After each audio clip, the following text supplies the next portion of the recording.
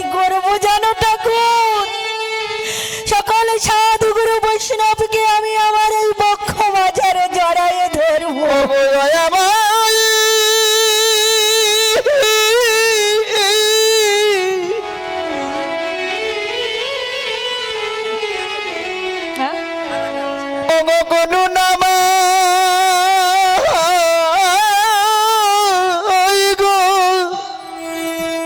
তোমার কাছে আমার এই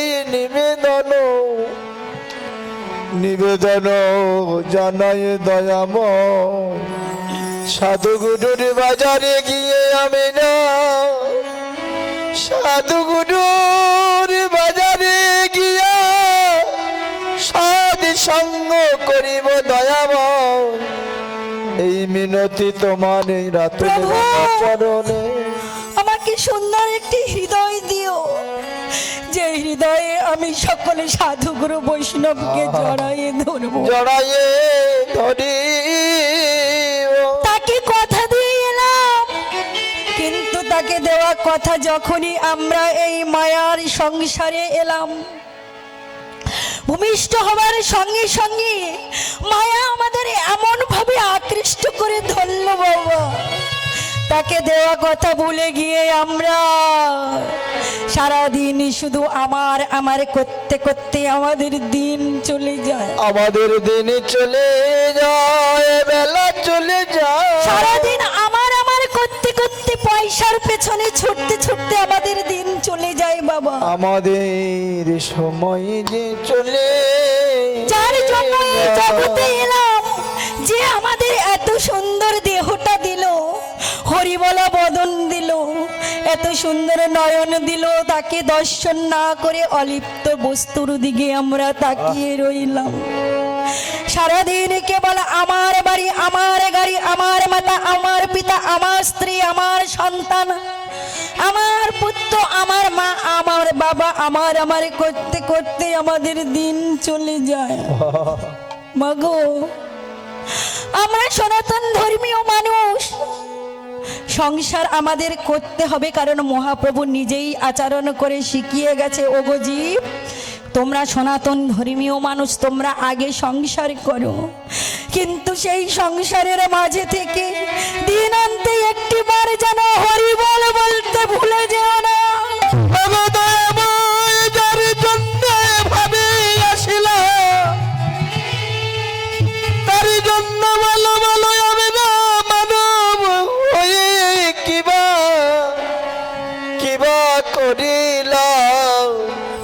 বুঝবো বলে আমরা ভাবে এসেছিলাম, মিছে মায়ার জালে এ জড়াইয়ে গেল। আমারই করে আমরা বিষয়ে বাসনা নিয়ে আমরা মেতে রইলাম। প্রভু তোমার কথায় আমরা ভুলে গেলাম।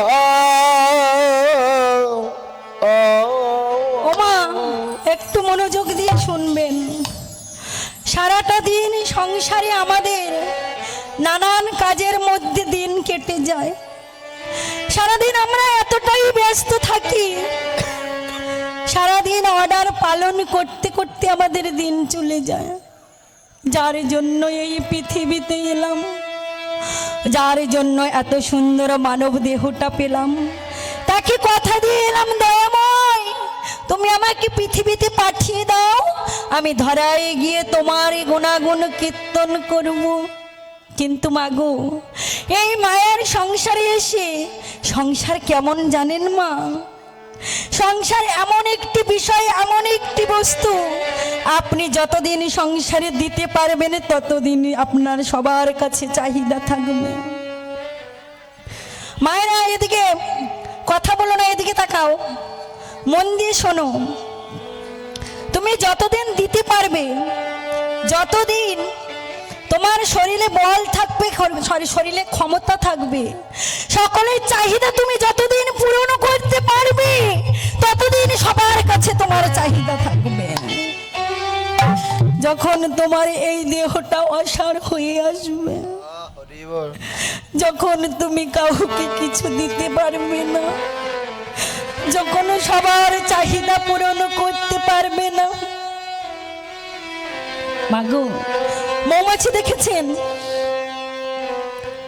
যে মৌমাছি সারা জীবন মধু সংগ্রহ করে, কত দূর দূরান্ত থেকে ফুলে ফুলে ফুলে ফুলে গিয়ে মধু সংগ্রহ করে আনে। মা, এখানে মায়েদের সংখ্যা বেশি, সবাই আমার মা বৌদি, সবাই মন দিয়ে শোনো, এগুলো জীব শিক্ষামূলক কথা। কীর্তন শুধু গাইলে হবে না, কীর্তন গাইতে এসে যদি জীবকে কিঞ্চিত হলেও শিক্ষা দিতে না পারি, সেই কীর্তন গাওয়ার থেকে না গাওয়াই ভালো।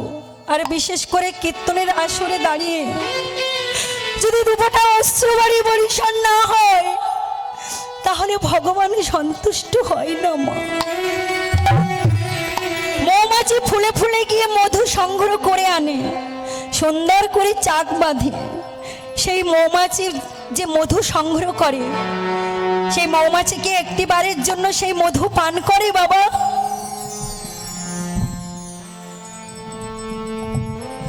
মৌমাছি কিন্তু কোনোদিন মধু পান করে না।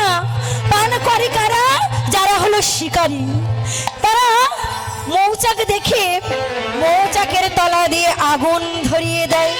সেই অগ্নি দাবানলে কোনো কোনো মৌমাছি পড়ে গিয়ে ছটপট ছটপট করে মারা যায়, আর কোনো কোনো মৌমাছি উড়ে চলে যায়। ঠিক তদ্রূপ এই সংসার তুমি যতদিন দিতে পারবে, যতদিন তোমার দেহে বল থাকবে, ক্ষমতা থাকবে, ততদিন তোমায় ভালোবাসবে, মৌমাছির মধুর মতো রস নিংড়ে নেবে। আর যেদিন তোমার শরীরে ক্ষমতা থাকবে না, বল থাকবে না, সবাইকে দেওয়ার মতো তোমার চাহিদা থাকবে না, তোমাকে দূর করে ছুঁড়ে ফেলে দেবে আস্থা করে। তাই আমার মহাপ্রভু বললেন, ওগো কলির জীব, তোমরা যে কলির জীব, তোমাদের হাতে সময় অনেক কম। ওগো কলির জীব, তোমাদের যাগ যজ্ঞ ধ্যান তপস্যা পূজা পাঠ কিছুই করতে হবে না। তোমরা কি করবে জানো? 10-5 মিলে নিজ গৃহেতে বসিয়া,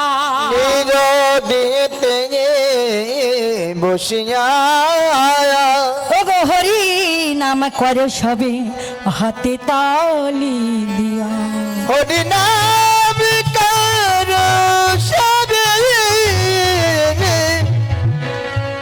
হাতে তালি দিয়া। ওগো কলির জীব, তোমাদের হাতে সময় অনেক কম, তোমাদের যাগ যজ্ঞ পূজা অর্চনা কিছুই করতে হবে না। তোমরা কেবল একটিবারে দুটি বাহু উত্তোলন করে হরি বল বলো, একেবারে হরি বল বলো, তাতেই তোমাদের পাপ থেকে তোমরা মুক্তি পেয়ে যাবে। অনেকেই প্রশ্ন করে যে বাবা, আমরা তো দিনান্তে একবার হলেও হরি বল বলি, কই আমাদের তো ভগবান দেখা দেয় না, আমাদের তো এত দুঃখ, এত ব্যথা, এত যন্ত্রণা কম হয় না। মাগো, হবে কি করে? আমরা তাকে ডাকি বটে, কিন্তু ডাকার মতো ডাকি না। আমরা তাকে ভালোবাসি বটে, কিন্তু ভালোবাসার মতো ভালোবাসি, কিন্তু ভালোবাসার মতো ভালোবাসি না গো। মাগো, একদিন নারদমণি ভগবানকে প্রশ্ন করেছিল, দয়াময় ও কৃপাময়, পৃথিবীতে তো এত এত ভক্ত আছে তোমার, কোন ভক্ত কেমন ভাবে ডাকলে তুমি তার ডাকে সাড়া দাও? ঠাকুর, ও ঠাকুর, পৃথিবীতে তো তোমার এত এত ভক্ত, কোন ভক্ত কেমন ভাবে ডাকলে তুমি তার ডাকে সাড়া দাও? ভগবান বলছে, নারদ, তুমি আমায় ভালো একটা প্রশ্ন করেছো। মায়েরা মন দিয়ে শুনুন সবাই। আচ্ছা নারদ, এই জগতে আমি কার ডাকে সাড়া দেই জানো? যদি কোনো ভক্ত আমাকে বিশাল সামগ্রী সাজিয়ে 10 কেজি ছানা মাখন দিয়ে আমার সেবা দেয়, আমি যে তার হয়ে যাই। নারদমণি বলছে, দয়াময়, এ তুমি কি বলছো? যে ভক্ত না হয় ধনী ব্যক্তি, সে না হয় তোমাকে ছানা মাখন নৈবেদ্য সাজিয়ে পূজা করলো, কিন্তু প্রভু গো, যদি কোনো ভক্তের কাছে কাছে তোমাকে দেওয়ার মতো সামর্থ্য না থাকে, হরি বল। সেই ভক্ত কি দিয়ে পূজা করবে তোমার? বলে দাও গো দয়া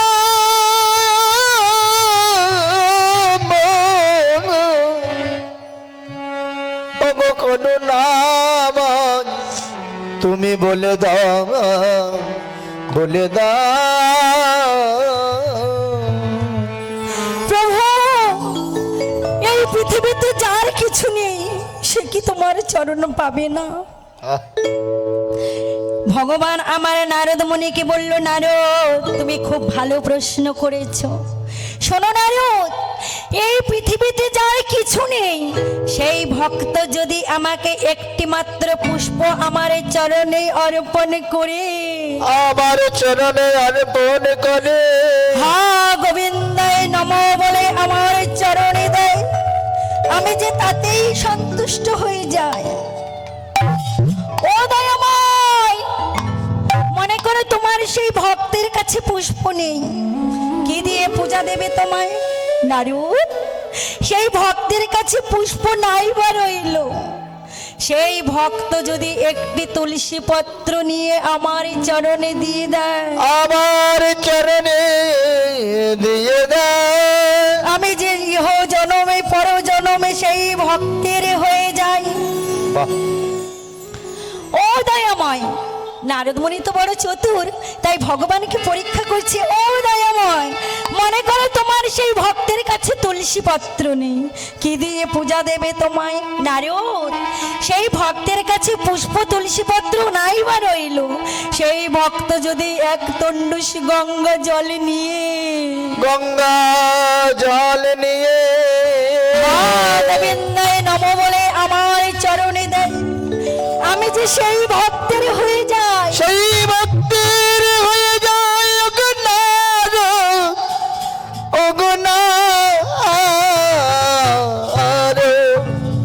সেই ভক্তের আমি হয়ে যাই। নারদমণি তো বড় চতুর বাবা, বলছে ও ঠাকুর, মনে করো তোমার সেই ভক্ত মরুভূমিতে আছে, সেখানে পুষ্প লতা পাতা ফল ফুল কিছুই